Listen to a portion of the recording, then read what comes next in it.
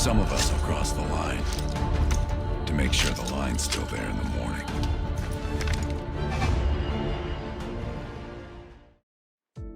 Hey, welcome back lads. So let's talk some more about Call of Duty 2024, which is going to be our return to the Black Ops series, and we have had even more information come out about this game. It's like the second massive leak this week, so let's not waste any time and get right into it. Yeah, so last night we had this article from a gaming journalist stating that Call of Duty 2024 is Black Ops Gulf War, and no, not golf as in the sport, but I think there has also been a bit of a misunderstanding about what the article actually says. Like, they don't say that Gulf War is 100% the official title or name of the game. They also refer to it as Black Ops 6, and I think that's kind of the point, that no one actually knows the full title yet.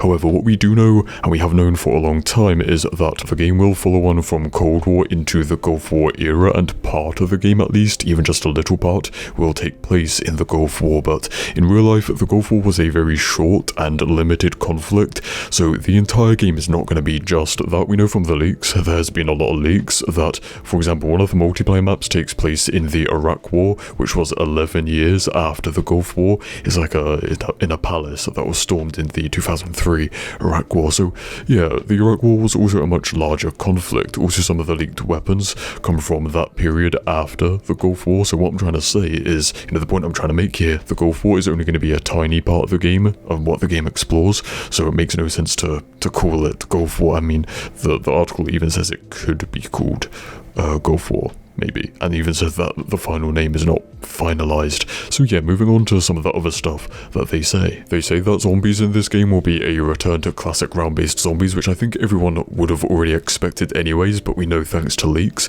Once again, that was the other major leak we had this past week, was some real in-depth details about the two different zombies maps for this game. One seems to be a remake of Transit from Black Ops 2, like a new and improved version, and the other is a brand new round-based map on a Pacific island with an underground lab and prison facility. So yeah, I did a whole video on that going into deeper details, so check that out if you have not already.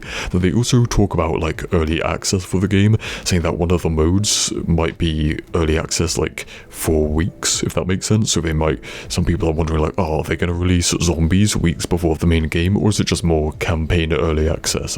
I don't know, I don't think we know yet. And then the other thing they say is that it's literally the longest developed game in Call of Duty history, I think. And, Charlie Intel said it's a 4-year development time, so that just is good news, because it means that they've had longer to cook the game, cook it to perfection, I guess. And that is the total opposite of the last Black Ops game, Cold War, right? I think most of us know that Cold War was very quickly thrown together. It was only a year and a half in development, so this game is going to have almost, over double the development time of Cold War, so that means it should be more of a well-rounded game with more content, less broken and missing things. So that is just great news all around. I think the expectations are pretty high, and that is about all they have to say. So yeah, isn't it interesting how this game is still like a year away, and yet it was leaked for the first time 2 years ago, and we are having details coming out so frequently. So yeah, that's it. Stay spicy, and I'll see you in the next one. Cheers.